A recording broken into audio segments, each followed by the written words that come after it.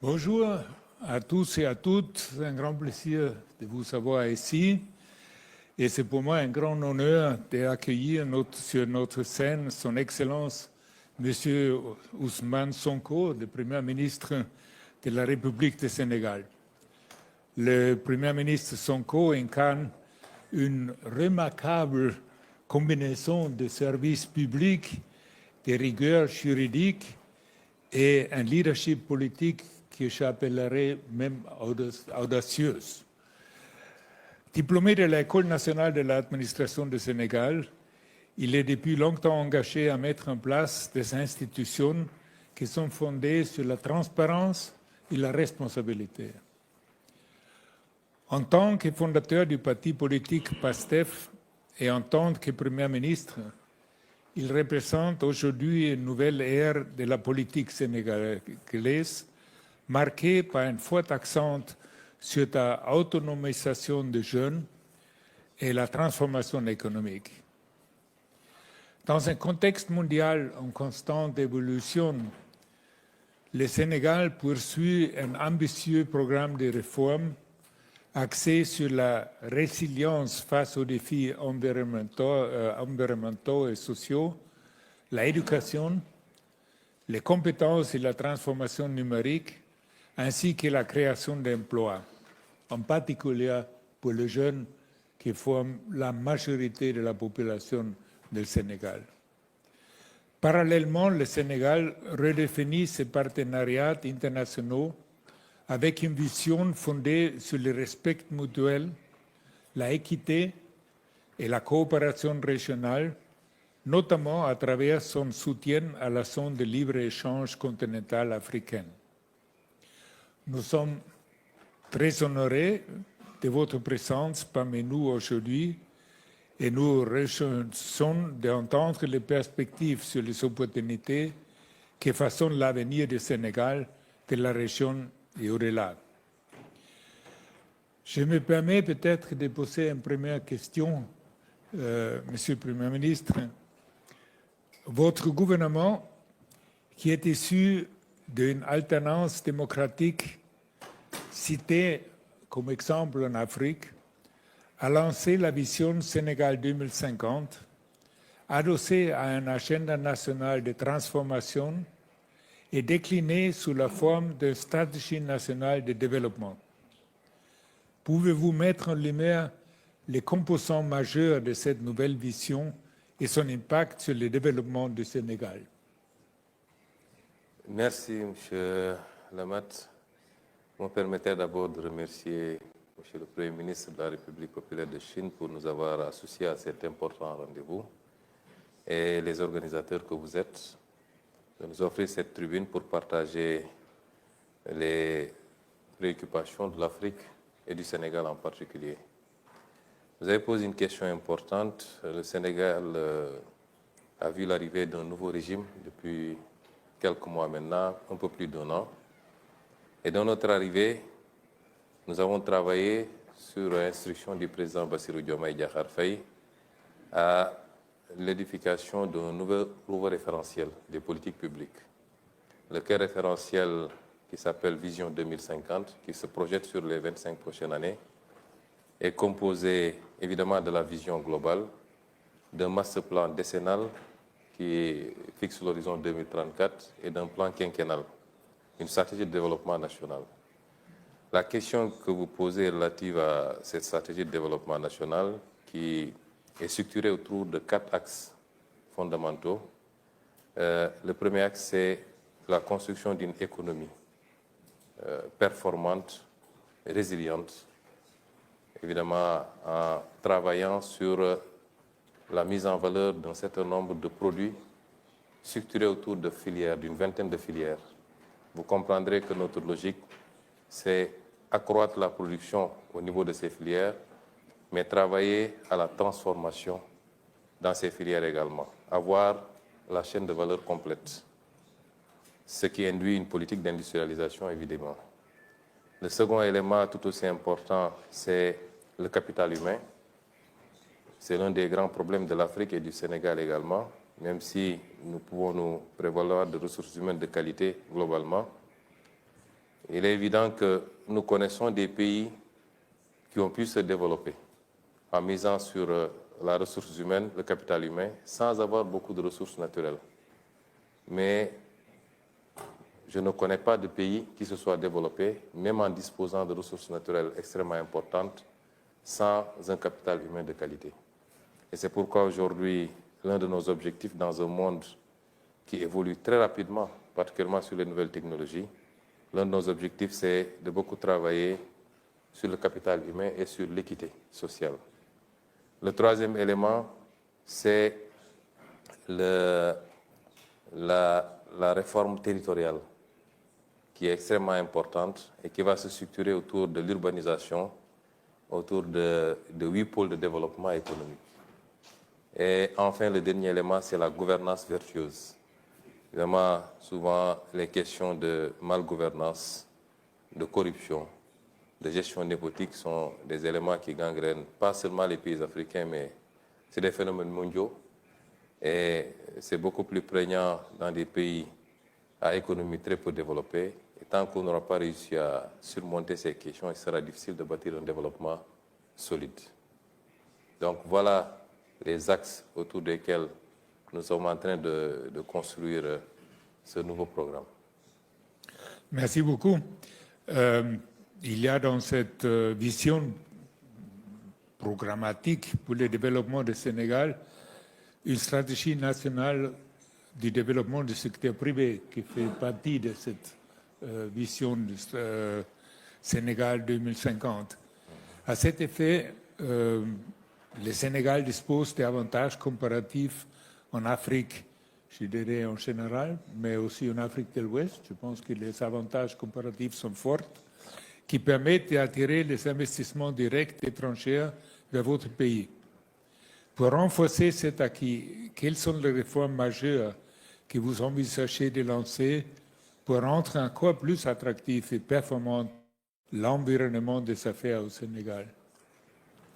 Oui, je crois, comme vous l'avez dit, le Sénégal a des atouts assez appréciables dans la zone de l'Afrique de l'Ouest d'abord, mais en Afrique de manière générale. C'est la raison pour laquelle peut-être que c'est le pays qui capte le plus d'investissements directs étrangers en Afrique de l'Ouest. Et il est classé dans le top 5 des pays africains qui captent le plus d'investissements directs. Beaucoup d'atouts, comme vous l'avez dit, ça commence par sa position privilégiée dans les chaînes d'approvisionnement. Le Sénégal, c'est la pointe la plus avancée en Afrique de l'Ouest, qui est pratiquement à 7 heures de vol du continent américain, du continent européen et de tout le reste de l'Afrique. C'est du continent américain, européen et même une partie de l'Asie, notamment les pays du Golfe, mais également de tout le reste de l'Afrique. C'est un atout appréciable. C'est un pays également qui a une stabilité politique, qui n'a jamais connu de coup d'État, de renversement du pouvoir par des moyens non démocratiques, où le pouvoir s'est transmis de régime en régime de manière démocratique, donc stabilité politique. Un pays qui connaît également la sécurité, dans une zone africaine traversée aujourd'hui par malheureusement des crises d'insécurité. C'est un pays qui a une population relativement jeune, comme tous les pays d'Afrique. Les populations de moins de 35 ans varient entre 65 et 70%. C'est un pays qui est ouvert sur le reste du continent également. C'est autant d'atouts, en plus maintenant de ces atouts physiques. Aujourd'hui, il y a énormément de ressources naturelles qui ont été découvertes au Sénégal. Et ce que je voudrais dire aux investisseurs, c'est investir au Sénégal, c'est pas aller à l'aventure. On a 2 atouts majeurs en plus de ceux que je viens d'évoquer, c'est la prévisibilité et la transparence. Et c'est ce que nous offrons aujourd'hui. Et pour accompagner maintenant tout cela, nous avons déjà un cadre assez stable, mais que nous voulons améliorer.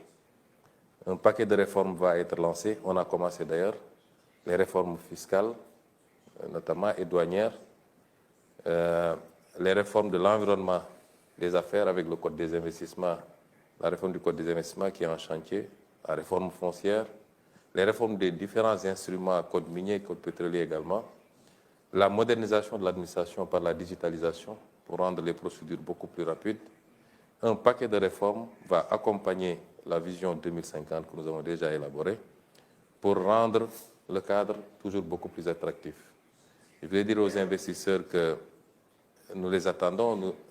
On a beaucoup d'investisseurs déjà qui manifestent leur appétit, en plus de ceux qui sont déjà au Sénégal.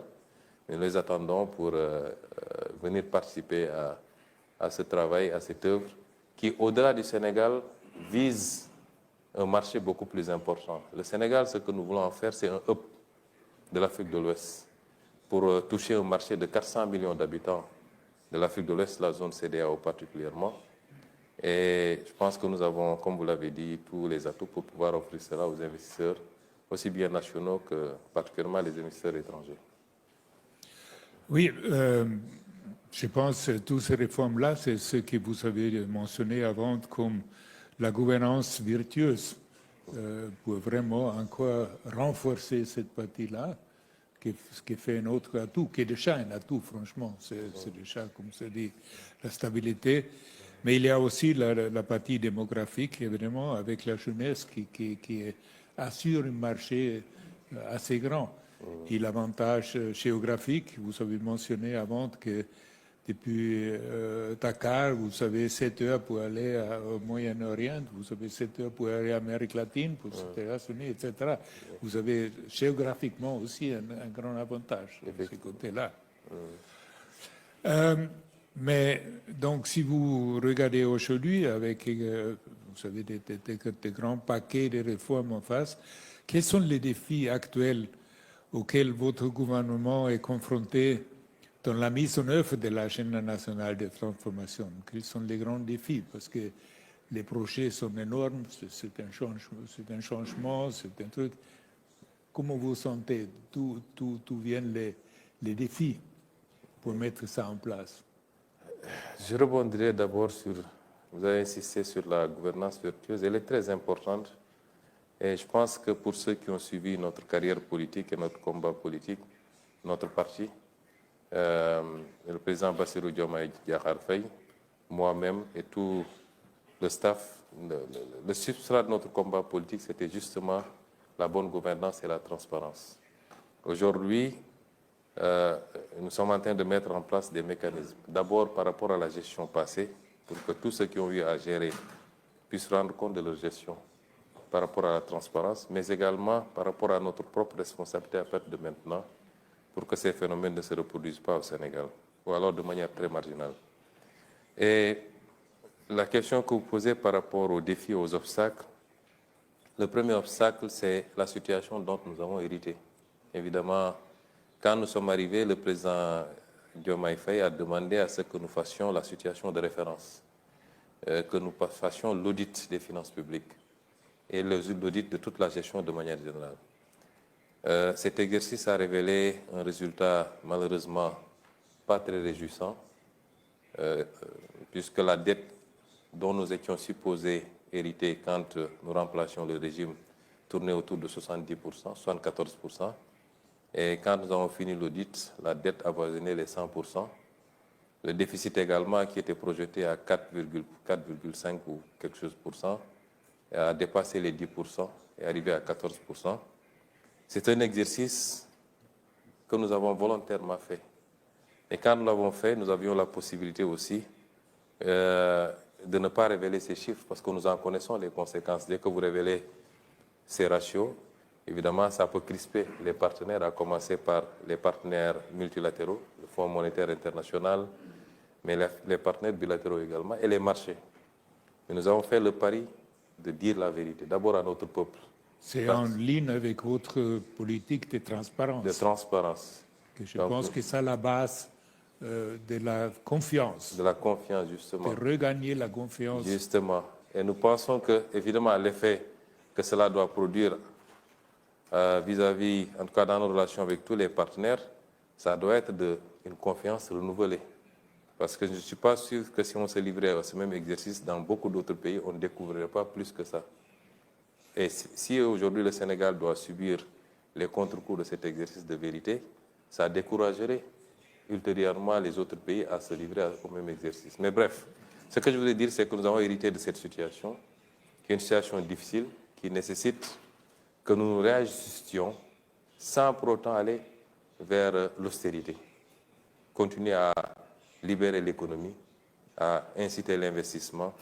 Et c'est cet exercice difficile qui fait que c'est un défi constant pour nous.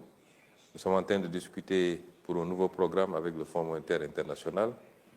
Les partenaires continuent à manifester beaucoup d'appétit et beaucoup d'intérêt pour le Sénégal. Les investissements continuent.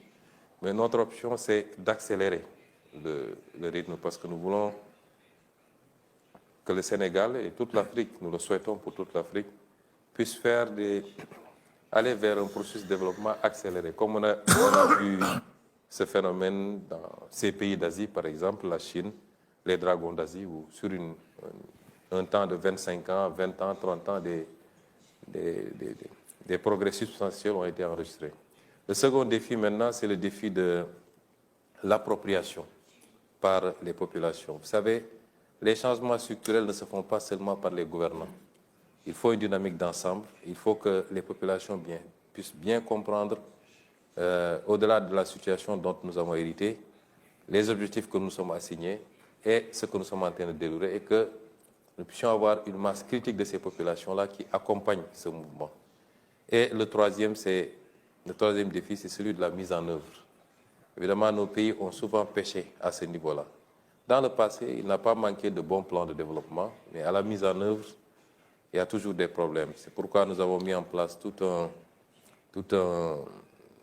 mécanisme pour la mise en œuvre, le suivi et l'évaluation des delivery units, d'abord à la primature dont je suis le Premier ministre, mais également dans les ministères.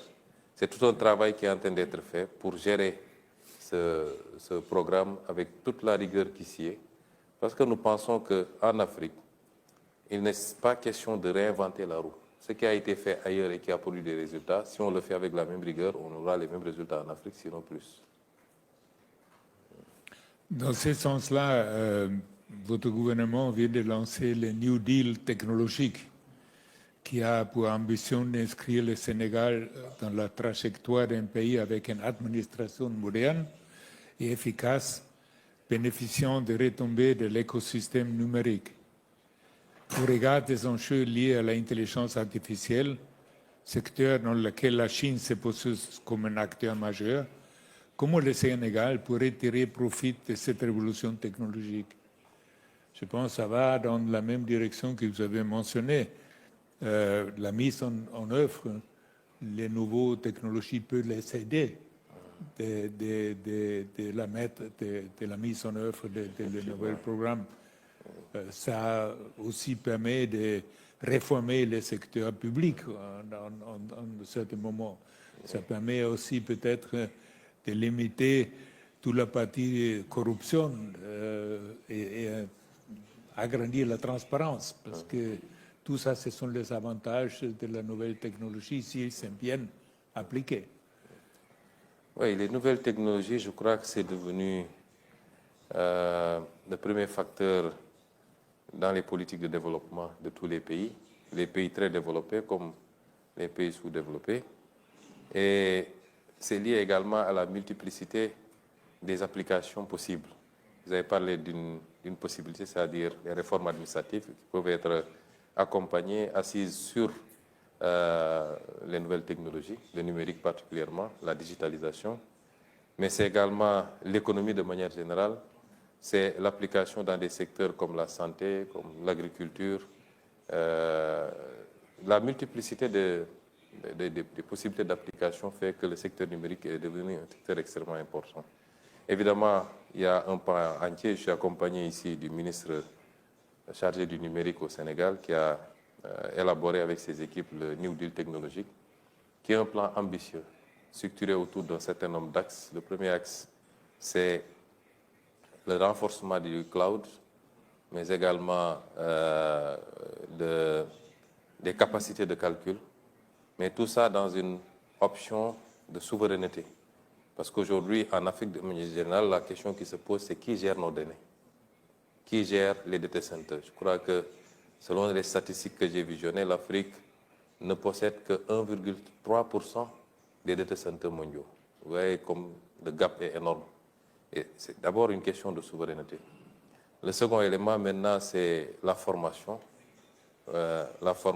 Investir dans l'intelligence artificielle et toutes les autres options des nouvelles technologies, mais également encadrer par la formation et par le financement les start-up, généralement portées par la jeunesse.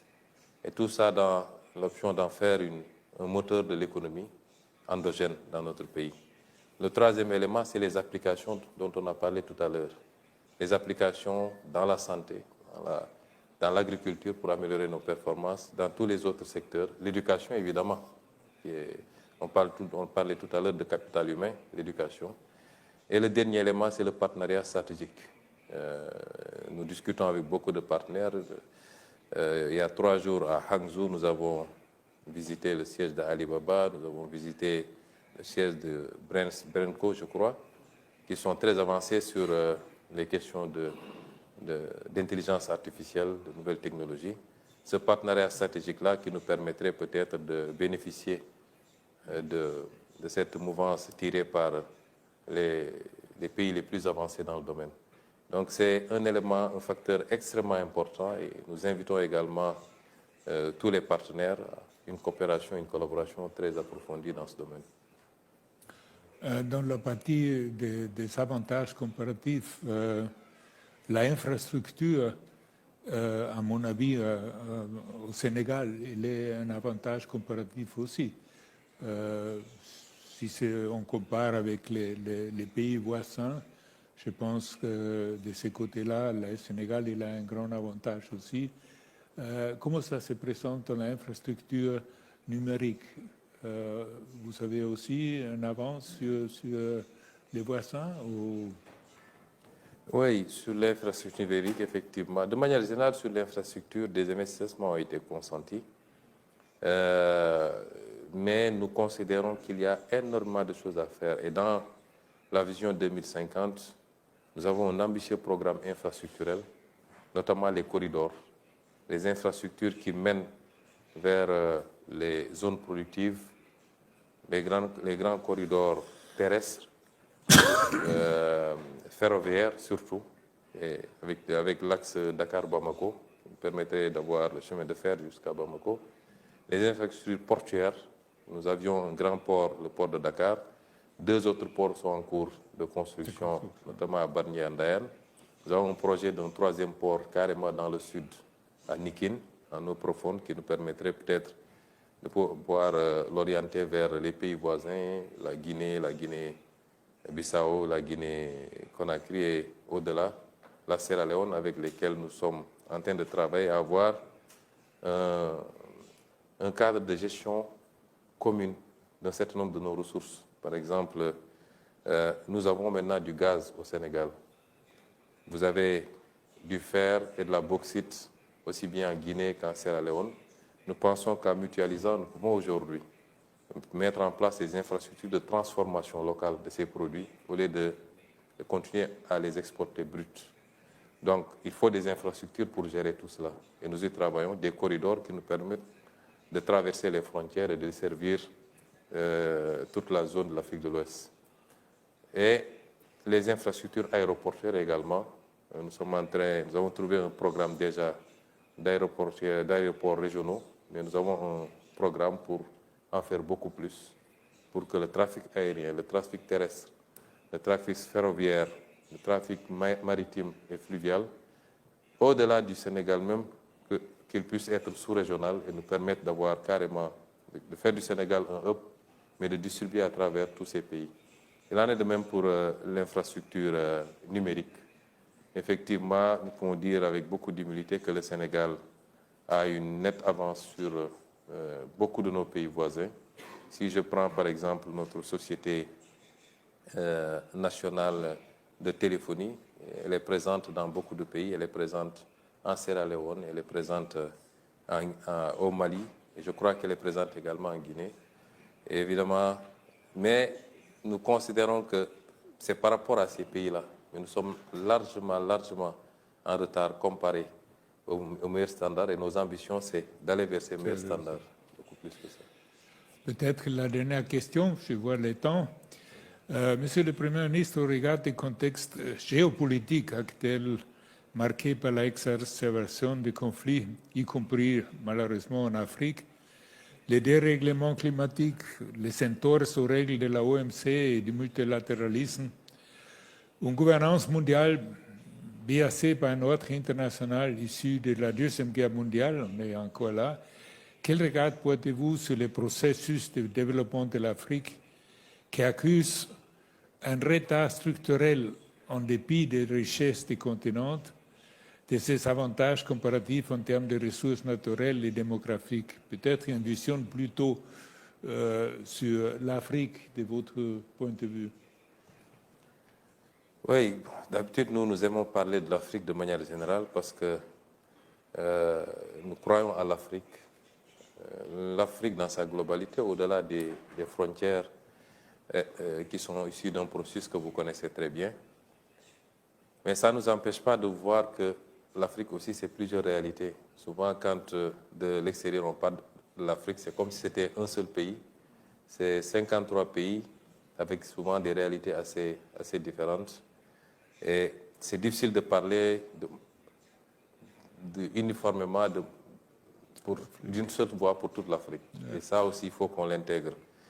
Il y a des réalités sous-régionales en tout cas.